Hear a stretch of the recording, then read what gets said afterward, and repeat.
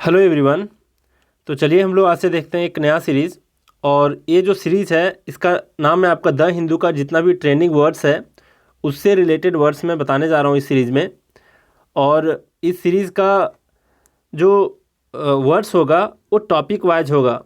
और आज का जो फर्स्ट टॉपिक है वो कोविड-19 एंड लॉकडाउन के ऊपर है। और ऐसे वीडियोस हम लोग देखेंगे इस टॉपिक के ऊपर 5 से 6 वीडियो, उसमें आप 100 से ज़्यादा वर्ड सीख पाएंगे। और इसमें थोड़े अच्छे लेवल के वर्ड्स होंगे, ऐसा नहीं कि जो आप बहुत बार सुन चुके हैं वर्ड्स वैसा होगा, थोड़ा सा अच्छा लेवल का होगा इसमें। और इसके फ़ायदे मैं ज़रा बता दूं। ये सबसे पहली बात कि ये फर्स्ट वीडियो है और इसमें मैं कोविड-19 और लॉकडाउन से रिलेटेड जो इम्पोर्टेंट वर्ड्स हैं उसके बारे में इंट्रोडक्शन की तरह दे रहा हूँ। कुछ वर्ड्स मैं अपने से लिया हूँ और कुछ द हिंदू से लिया हूँ।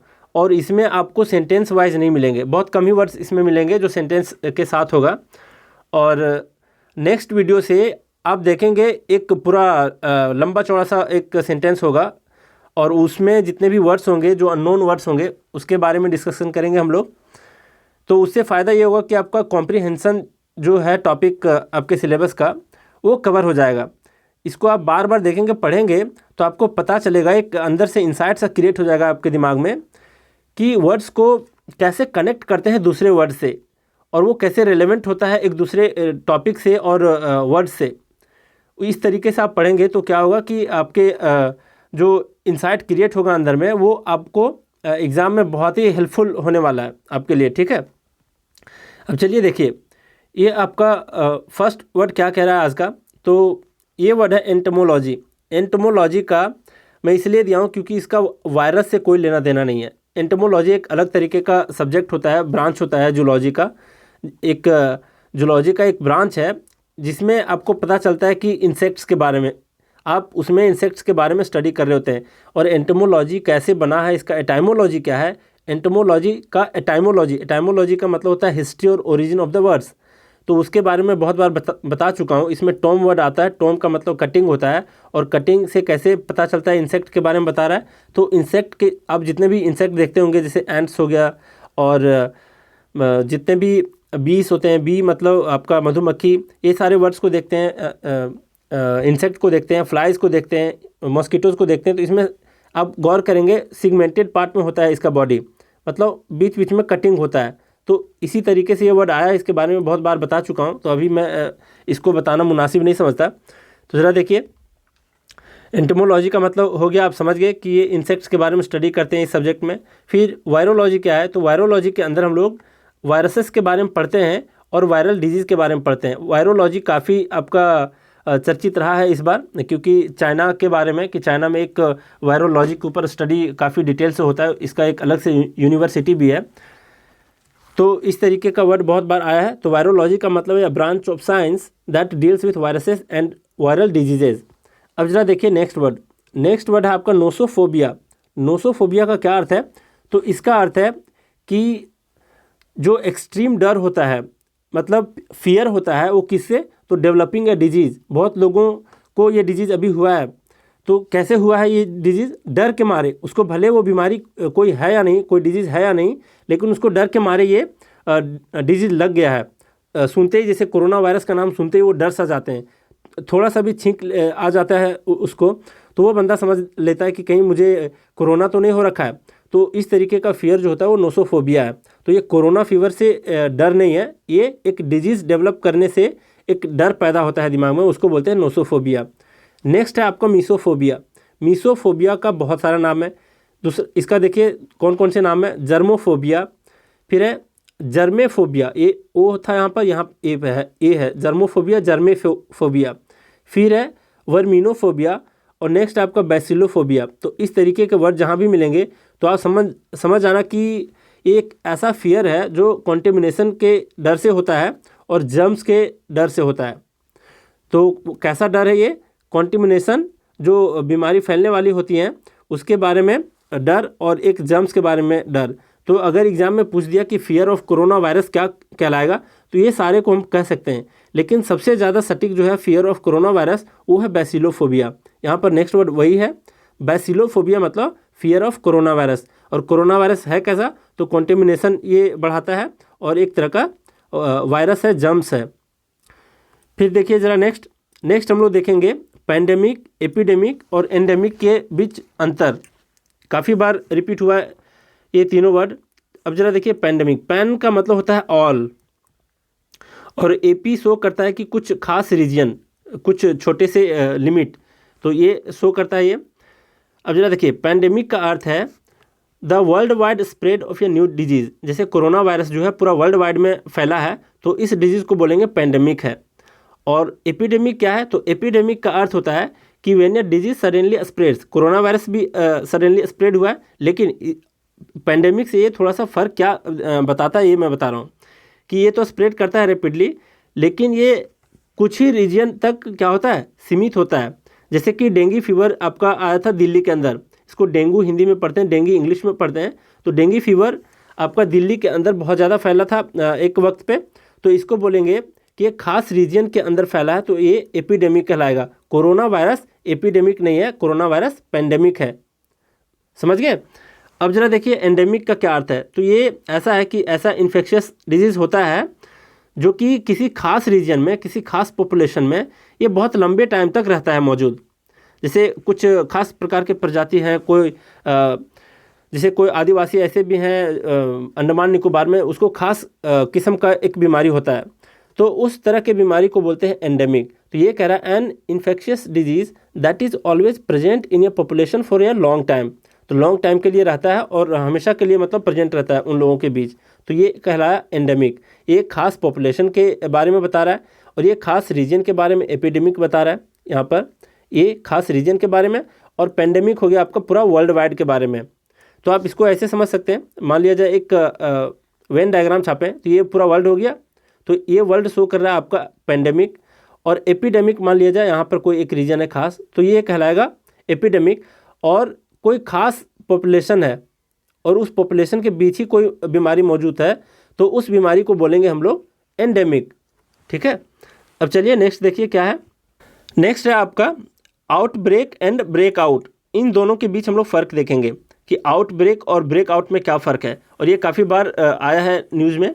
तो आउटब्रेक एक तरह का नाउन है, इसका मतलब होता है प्रकोप या विस्फोट या फिर फैलाव, किसी चीज़ का फैलाव, और ये नाउन की तरह काम करता है। लेकिन ब्रेकआउट एक वर्ब की तरह काम करता है, इसका मतलब है प्रकोप होना, किसी बीमारी का प्रकोप होना, किसी डर का प्रकोप होना, या फिर विस्फोट होना, या फिर अचानक फैल जाना। तो ब्रेकआउट आपका वर्ब है और आउटब्रेक आपका नाउन है। इस चीज़ को याद रखें, काफ़ी काम आएगा आपको इसमें क्लोज टेस्ट में। तो इस तरीके के वर्ड्स होते हैं उसमें। अब जरा देखिए यहाँ पर एक सेंटेंस लिया हूँ, इसमें है during the corona virus break you may have heard that hospital and health care providers have faced a shortage of respirators and ventilators, two critical tools in fighting the infection। देखिए ये दो तरीके के tools हैं, रिस्पिरेटर और ventilators, इसके बीच फ़र्क समझना ज़रूरी है। और जैसा मैं बता चुका हूँ, ये आपका इंट्रो का क्लास है, इसमें मैं बहुत सारा सेंटेंस नहीं लिया हूँ, इसलिए मैं कुछ खास जो कोरोना वायरस से रिलेटेड आपके वर्ड्स आए हैं उसके बारे में डिस्कशन कर रहा हूँ, और आप लोगों का ये क्लियर कर रहा हूँ कि डाउट टाइप का है ना, कि अगर इन दोनों के बीच क्या फ़र्क है आपको नहीं पता चला हो, तो मैं उस चीज़ को बताने की कोशिश कर रहा हूँ। अब जरा देखिए रिस्पिरेटर और वेंटिलेटर होता क्या है। तो यहाँ देखिए रिस्पिरेटर क्या होता है, तो respirator is a mask like device. देख रहे हैं, ये मास्क लाइक डिवाइस जो है इसी को बोलते हैं रिस्पिरेटर। आप कई बार देखे होंगे मूवीज़ वगैरह में, जो कोमा में लोग चले जाते हैं उसको ऑक्सीजन देने के लिए ये लगाया जाता है, तो इसी को बोलते हैं रिस्पिरेटर। लेकिन वेंटिलेटर अलग होता है, वेंटिलेटर काफ़ी महंगा होता है और पूरा सेट होता है, मशीन का पूरा सेट होता है वो, ऑन ओवर माउथ, मुंह के ऊपर जो पहना जाता है मास्क की तरह, इसी को बोलते हैं रेस्पिरेटर। अब जरा देखिए वेंटिलेटर क्या होता है। वेंटिलेटर है आपका, अ ventilator is a machine that helps a patient breathe. अब ये ब्रीदिंग करने में आपको हेल्प करता है पेशेंट को, तो ये वेंटिलेटर है। लेकिन एक पूरा ये मशीन है और इसके साथ एक पंप देख रहे हैं, इसको पंप करता है ये मशीन ऑक्सीजन को, और ये पूरा सेटअप है, इसी पूरे मशीन के सेटअप को ही बोलते हैं वेंटिलेटर। अब जरा देखिए machine pumps oxygen into the lungs and removes carbon dioxide through a tube. अब दूसरे तरीके का जो ट्यूब होगा, एक ट्यूब से आ रहा होगा ऑक्सीजन, दूसरे ट्यूब से उसके बॉडी से क्या कर रहा होगा, निकाल रहा होगा कार्बन डाइऑक्साइड। तो ये पूरा सेटअप को बोलते हैं वेंटिलेटर। और जैसे अभी आप न्यूज़ में देखेंगे पाकिस्तान का जो हेल्थ मिनिस्ट्री है वो कह रहा था ऐसा कि हमारे पास वेंटिलेटर नहीं है, काफ़ी महंगे हैं, करोड़ों में आते हैं ये वो, तो वो सुना रहा था। तो वेंटिलेटर इसको बोलते हैं, और आपका रिस्पिरेटर आपका ये हो गया, इसको बोलते हैं रिस्पिरेटर। अब चलिए देखते हैं नेक्स्ट वर्ड। नेक्स्ट वर्ड क्या है आपका, तो क्वारंटीन और आइसोलेशन, ये दो वर्ड बहुत बार आप सुने होंगे। तो क्वारंटीन का क्या अर्थ होता है, तो इसका मतलब है कि एक कमरे में बंद कर अलग रखना। जो पेशेंट होता है, जो बीमारी इन्फेक्शियस बीमारी से वो जूझ रहा होता है, उस व्यक्ति को एक कमरे में बंद करके अलग रख दिया जाता है। जो व्यक्ति बीमार है उसी को रखा जाता है। और आइसोलेशन क्या है, तो आइसोलेशन जो है वो अलग होने की स्थिति को बोलते हैं। अभी ये अलग होने की स्थिति क्या है, तो जब बीमार और स्वस्थ व्यक्ति को मिलने ना दिया जाए तो इसको आइसोलेशन कहते हैं। मतलब इसके अंदर, अब ध्यान से समझना, आइसोलेशन जो है वो हम जैसे स्वस्थ व्यक्ति बीमार व्यक्ति से नहीं मिल पा रहे हैं, उससे अलग हैं, तो हम भी अलग हुए, और जो व्यक्ति बीमार है वो भी अलग है। मतलब हम दोनों के बीच अलगाव को बोल सकते हैं आइसोलेशन। लेकिन क्वारंटीन है जिसमें सिर्फ कौन आता है, बीमार व्यक्ति, सिर्फ बीमार व्यक्ति को अलग करके रखा जाता है। तो ये दोनों में फ़र्क है। क्वारंटीन बीमार व्यक्ति को एक अलग कमरे में बंद करके रखना, और आइसोलेशन स्वस्थ व्यक्ति और बीमार व्यक्ति दोनों को अलग करने की कोशिश को बोलते हैं आइसोलेशन। बात समझ रहे? अब जरा देखिए, और इसमें जरूरी नहीं कि, देखिए क्वारंटीन की बात है तो क्वारंटीन में बीमार जो व्यक्ति है वो तो है ही, लेकिन जो संदेहास्पद व्यक्ति है, जिसके ऊपर संदेह है कि नहीं वो इससे इन्फेक्शस हो सकता है, तो वैसे व्यक्तियों को भी क्वारंटीन रख सकते हैं इसमें। तो किसी ना किसी तरीके से उसको बीमार समझा ही जा रहा है, इसलिए उसको क्वारंटीन किया जा रहा है। अब चलिए देखते हैं नेक्स्ट आपका हॉट स्पॉट। ये भी वर्ड बहुत बार रिपीट हुआ है। तो हॉट स्पॉट का अर्थ होता है कि एक ऐसा place, a place of significant activity, danger और वायोलेंस। तो ऐसे प्लेस को बोलते हैं हॉट स्पॉट। मतलब किसी भी तरीके से कोई प्लेस ऐसा हो जो एक्सट्रीम चीज़ को शो कर रहा हो। मान लिया जाए कहीं पर कोई ख़ास किस्म का जानवर पाया जाता है जो काफ़ी वायलेंस मचा रखा है, तो उस प्लेस को भी हॉट स्पॉट के अंदर रखते हैं। तो इस तरीके का हो गया। अब जहाँ पर क्या है कि कोरोना वायरस काफ़ी ज़्यादा मात्रा में फैल चुका है, तो उसको भी हॉट स्पॉट समझा जा रहा है। बहुत सारे डिस्ट्रिक्ट को अभी हॉट स्पॉट का नाम दिया गया है, और इसका अर्थ ये है कि बहुत ज़्यादा मात्रा में वहाँ पर फैला हुआ है कोई चीज़, तो वैसे प्लेस को बोलते हैं हॉट स्पॉट। नेक्स्ट आपका कन्फाइन, ये भी वर्ड आया, इसका मतलब कैद रखना, फिर सीमित रखना। कई लोगों को कन्फाइन किया जा रहा है अभी। अप्रीहेंड का मतलब होता है गिरफ्तार करना, कई लोग गिरफ्तारी दे रहे हैं अभी। रैंप का अर्थ क्या होता है, तो इसका मतलब होता है ज़बरदस्ती मांगना, बलपूर्वक मांगना या धमकी देकर मांगना।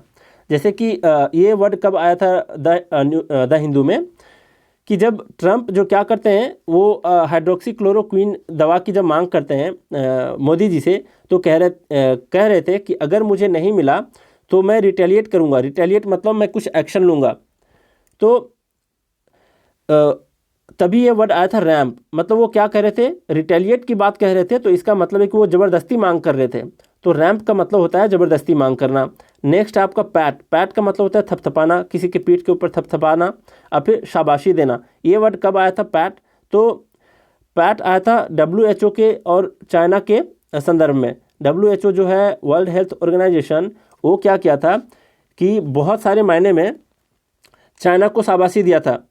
तो उसी के वजह से काफ़ी ये WHO बदनाम भी हुआ, और WHO का जो फंडिंग होता है वो भी USA ने रोक दिया है।